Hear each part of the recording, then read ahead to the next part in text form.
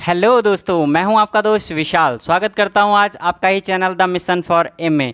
दोस्तों, आज का जो टॉपिक है वो बहुत ही ज़्यादा अच्छा टॉपिक होने वाला है, क्योंकि इससे पहले वाली क्लास में हमने पढ़ा कि इतिहास को 3 पार्टों में डिवाइड किया गया है। फर्स्ट पार्ट उसका था प्राग ऐतिहासिक काल, सेकंड पार्ट आदि ऐतिहासिक काल तथा थर्ड पार्ट जो था वो था ऐतिहासिक काल। प्राग ऐतिहासिक काल में क्या था वो सारा कुछ हम पढ़ चुके हैं, तथा सेकंड पार्ट उसका आता है आदि ऐतिहासिक काल। आदि ऐतिहासिक काल में मैंने आपको बताया था कि यहाँ पर प्रॉपर सन के साक्ष्य मिले थे। सन के साक्ष्य के रूप में हमें यहाँ सिंधु सभ्यता की स्थल की जानकारी मिली थी। अतः आज का जो टॉपिक है हमारा वो है सिंधु सभ्यता। आइए जानते हैं सिंधु सभ्यता के बारे में। दोस्तों, सिंधु सभ्यता को हड़प्पा सभ्यता के नाम से भी जाना जाता है। दोस्तों, सिंधु सभ्यता को हड़प्पा सभ्यता कहते क्यों हैं? देखिए, क्योंकि हड़प्पा नामक स्थल पर सर्वप्रथम खुदाई की गई थी, इसीलिए इसे हड़प्पा स्थल के नाम से भी जाना जाता है। सन 1921 में दयाराम शाहानी द्वारा सर्वप्रथम हड़प्पा सभ्यता की खोज की गई। यह स्थान आपका पाकिस्तान में पड़ता है, पाकिस्तान के माउंट गोबरी ज़िले में पड़ता है। माउंट गोबरी ज़िला, ये स्थान आपका माउंट गोबरी ज़िले में पड़ता है, इसीलिए हड़प्पा सभ्यता की खोज सर्वप्रथम की जाने के कारण सिंधु सभ्यता को हड़प्पा सभ्यता के नाम से जानते हैं। आइए दोस्तों, जानते हैं हड़प्पा सभ्यता या सिंधु सभ्यता के समय पीरियड के बारे में। इसका समय पीरियड आपका 2500 से 1750 ईसा पूर्व माना जाता है। 1750 ईसा पूर्व माना जाता है। दोस्तों, बात करते हैं हम इसके विस्तार की। तो दोस्तों, इसका विस्तार 13 लाख किलोमीटर स्क्वायर वर्ग तक फैला है। 13 लाख किलोमीटर स्क्वायर वर्ग तक फैला हुआ है।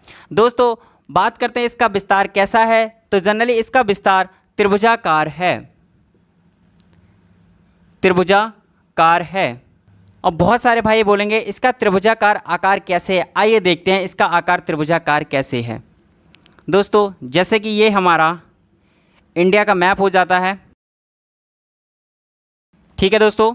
ये सबसे उत्तरी पॉइंट जो हमारा था वो था मांडा, सबसे उत्तरी पॉइंट मांडा, पूर्वी पॉइंट आलमगीरपुर तथा दक्षिणी पॉइंट दैमाबाद था, और सबसे पश्चिमी पॉइंट की बात करें तो था सुतकांगेडोर, सुतकांगेडोर। देखिए दोस्तों, इसका आकार, इसलिए सिंधु सभ्यता का आकार त्रिभुजाकार कहा जाता है। ठीक है दोस्तों, आपको क्लियर हो रहा है कि सिंधु सभ्यता का आकार त्रिभुजाकार क्यों था। ठीक है दोस्तों, आइए जान लेते हैं इनके बिंदुओं के बारे में। इसका सबसे उत्तरी बिंदु मांडा है, जो कि आपका लद्दाख में पड़ता है। अगर नदी की बात करें तो ये चिनाब नदी के तट पर है। चिनाब नदी, कौन सी नदी के तट पर? चिनाब नदी के पास में है। ठीक है दोस्तों, बात करते हैं हम पूर्वी बिंदु की। दोस्तों, इसका पूर्वी बिंदु आपका आलमगीरपुर है, आलमगीरपुर है।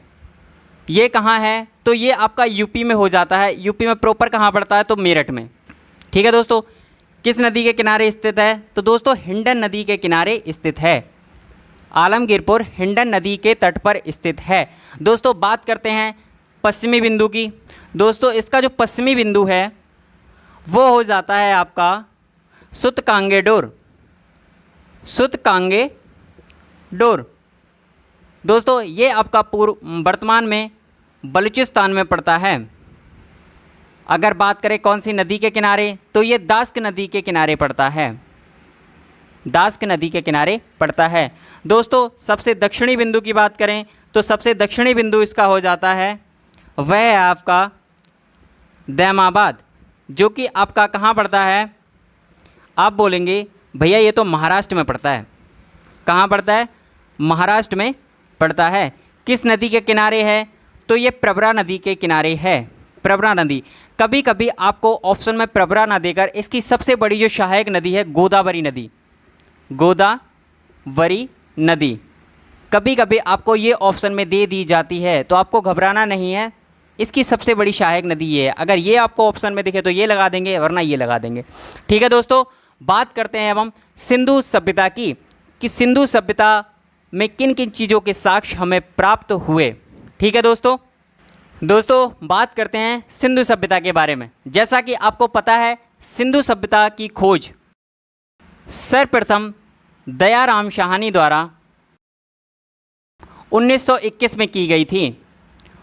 1921 में की गई थी। ये स्थान वर्तमान में कहाँ पड़ता है? तो ये स्थान वर्तमान में आपका पाकिस्तान में पड़ता है। कहाँ पर? माउंट गोबरी ज़िले में, माउंट गोबरी ज़िले में।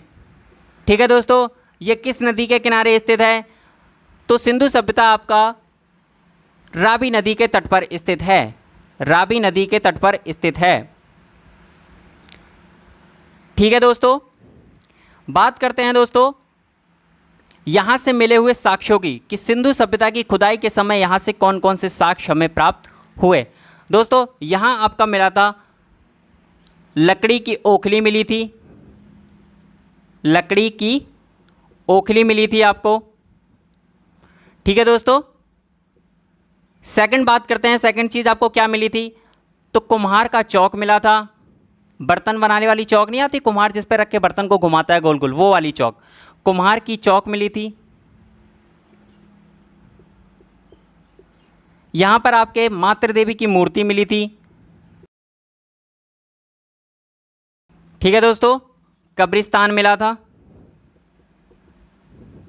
उस समय जो कब्रिस्तान था उसका नाम था RS-37, ये आपको कब्रिस्तान मिला था।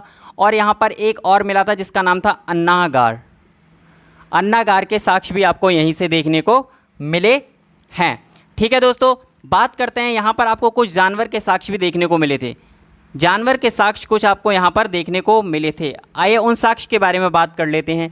देखिए दोस्तों, यहाँ पर आपको एक सींग वाले जानवर के साक्ष्य मिले थे, एक सींग वाला जानवर, पर वो जानवर गेंडा नहीं था, वो जानवर रेनोसिरोज नहीं था। दोस्त सेकंड चीज़ आपकी मिली थी, हाथी की सूंड मिली थी, हाथी की सूंड।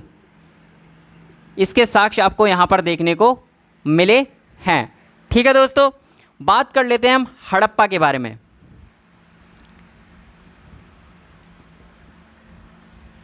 ठीक है दोस्तों, हड़प्पा की जो सड़कें थी वो बहुत ही ज़्यादा अच्छी सड़कें थी, सड़कें बहुत अच्छी थी। यहाँ पर नालियों की व्यवस्था बहुत अच्छी थी, नालियाँ एक दूसरे को यहाँ पर ग्रिड पद्धति में काटती थी, अर्थात नालियों में पानी की जो जल निकासी व्यवस्था थी वो बहुत अच्छी थी। ग्रिड पद्धति में इसलिए काटती थी ताकि उनको आसानी से साफ़ किया जा सके। ठीक है दोस्तों, सड़कें अच्छी थी, नालियाँ बहुत अच्छी थी। और यहाँ पर जो घर के दरवाजे थे, घर के दरवाजे वो बाहर सड़क की तरफ ना खोले जाते थे। घर के दरवाजे सड़क की तरफ नहीं खुलते थे, सड़क की तरफ नहीं खुलते थे, बल्कि ये कहाँ खोले जाते थे? अंदर की तरफ खोले जाते थे, अंदर की तरफ खोले जाते थे, ताकि कोई भी दुर्घटना ना हो। ठीक है दोस्तों, तो इस तरीके से ये कुछ बातें हैं जो हड़प्पा सभ्यता के बारे में जान लेनी बहुत ही ज़्यादा ज़रूरी थी। दोस्तों बात करते हैं हड़प्पा सभ्यता के लगभग 1400, हड़प्पा सभ्यता में लगभग 1400 स्थल प्राप्त हुए हैं। हड़प्पा सभ्यता में लगभग 1400 स्थल प्राप्त हुए हैं। अगर भारत की बात करें, भारत में कितने प्राप्त हुए हैं? तो भारत में आपके 925 स्थल भारत में प्राप्त हुए हैं, तथा अगर पाकिस्तान की बात की जाए तो पाकिस्तान में आपके 475 साक्ष्य पाकिस्तान से प्राप्त हुए हैं। ठीक है दोस्तों, आगे बात करते हैं हड़प्पा सभ्यता के कुछ प्रमुख केंद्र। ठीक है दोस्तों, हड़प्पा सभ्यता के प्रमुख केंद्र। दोस्तों हड़प्पा सभ्यता के कुछ प्रमुख केंद्र थे, उन केंद्रों के बारे में जान लेते हैं। ठीक है दोस्तों, पहला जो केंद्र था वो था मोहनजोदड़ो। ठीक है दोस्तों, दूसरा केंद्र आपका लोथल था। तीसरा केंद्र आपका कालीबंगा था। दोस्त नेक्स्ट स्थल जो इसका था वो राखीगढ़ी था। राखीगढ़ी और बनमाली ये दोनों ही स्थान हरियाणा में पाए जाते हैं, इसलिए मैं एक साथ लिख देता हूँ, ठीक है। चौदड़ो था, ठीक है दोस्तों। ये कुछ साक्ष्य इसके प्रमुख केंद्र माने जाते हैं। आइए दोस्तों आगे चलते हैं। दोस्तों आगे हम पढ़ते हैं मोहनजोदड़ो के बारे में। देखिए दोस्तों, मोहनजोदड़ो, दोस्तों स्टार्टिंग में ही एक क्वेश्चन बन जाता है कि मोहनजोदड़ो का शाब्दिक अर्थ क्या होता है। दोस्तों मोहनजोदड़ो का शाब्दिक अर्थ हो जाता है मृतकों का टीला। यहाँ पर इसे मृतकों का टीला क्यों कहा गया है? क्योंकि जिस समय मोहनजोदड़ो की खोज की गई थी उस समय वहाँ पर बहुत बड़ी मात्रा में शवों का ढेर देखने को मिला है, इसलिए इसका जो शाब्दिक अर्थ कहा गया है वो कहा गया है मृतकों का टीला। दोस्तों जान लेते हैं शाब्दिक अर्थ। इसका जो शाब्दिक अर्थ है वो है मृतकों का टीला।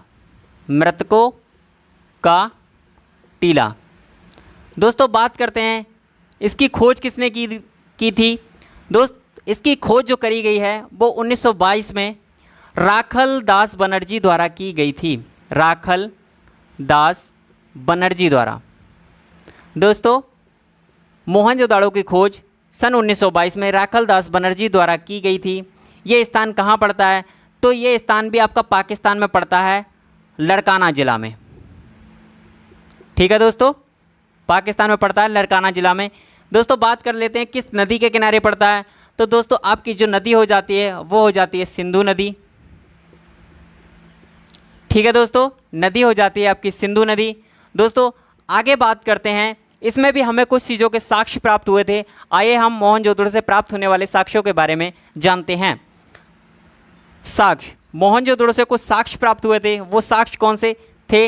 इसमें आपको मिला था पुरोहित आवास मिला था, पुरोहित आवास मिला था, ठीक है दोस्तों। इसमें आपको अन्नागार मिला था, ठीक है दोस्तों, स्नानागार मिला था, ठीक है दोस्तों, सूती वस्त्र के साक्ष्य मिले थे जो कि किसके बने हुए थे? कपास के। तो ये भी आप कह सकते हैं कि यहाँ पर कपास की खोज भी की गई थी, ठीक है दोस्तों। आपको यहाँ पशुपति के साक्ष्य मिले हैं,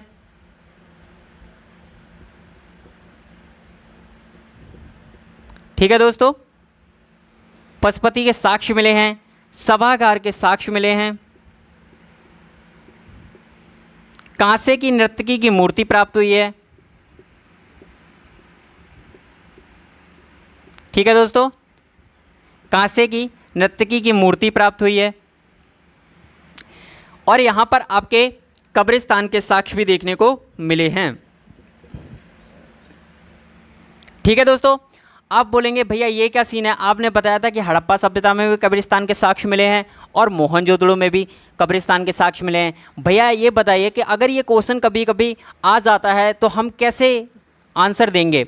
देखिए आंसर देने का तरीका, मैंने कहा कब्रिस्तान, ठीक है दोस्तों, तो आपके कब्रिस्तान के साक्ष्य दो जगह से प्राप्त हुए हैं। एक तो आपके हड़प्पा से ही कब्रिस्तान के साक्ष्य प्राप्त हुए हैं, दूसरा आपका मोहनजोदड़ो से कब्रिस्तान के साक्ष्य प्राप्त हुए हैं। देखिए हड़प्पा सभ्यता से जो कब्रिस्तान के साक्ष्य प्राप्त हुए हैं, यहाँ पर क्या था कि प्रॉपर क्या था, शवों के जो साक्ष्य मिले हैं वो प्रॉपर शवों के साक्ष्य मिले हैं। शवों के जो साक्ष्य मिले थे वो प्रॉपर थे, मतलब फुल बॉडी के साक्ष्य मिले हुए थे, मतलब उनका कोई भी पार्ट, कोई भी हिस्सा गायब नहीं था। बात करें मोहनजोदड़ो की, तो मोहनजोदड़ो में जो साक्ष्य मिले हैं वो पूरे साक्ष्य देखने को नहीं मिले हैं। किसी के हाथ गायब था तो किसी का पैर गायब था। इसी तरीके से आपके मोहनजोदड़ो में शवों का साक्ष्य प्रॉपर देखने को नहीं मिला है। बात करते हैं हड़प्पा की, तो यहाँ पर दफन करने की प्रथा थी, दफन करने की प्रथा थी।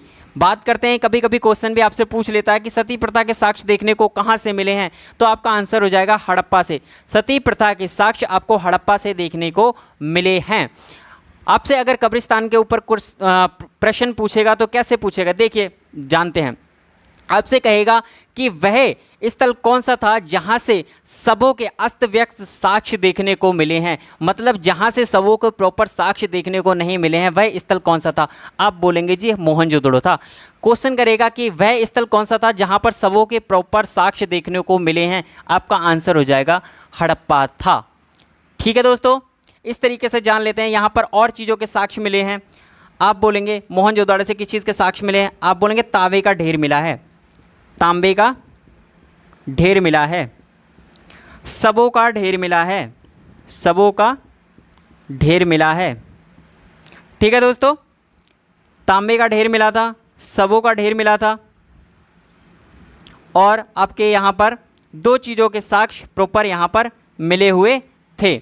अतः इस चीज़ से हमें यह ज्ञात होता है तांबे का ढेर मिलने से आशय है कि यहाँ पर लोग कांसे का यूज जान चुके थे, इसीलिए वो तांबे का प्रयोग नहीं करते थे। कभी कभी आपसे ये भी क्वेश्चन पूछ लेता है कि सिंधु सभ्यता के लोग या हड़प्पा सभ्यता के लोग किस चीज़ से अपरिचित थे, तो आप बोलेंगे जी वो लोहे से अपरिचित थे, क्योंकि तांबे का खोज कौन कर चुके थे, जो इनके पूर्वज थे। यानी कि प्राग ऐतिहासिक काल में हमने पढ़ा तो वहाँ पर तांबे की खोज की जा चुकी थी, तभी यहाँ पर तांबे के ढेर प्राप्त हुए।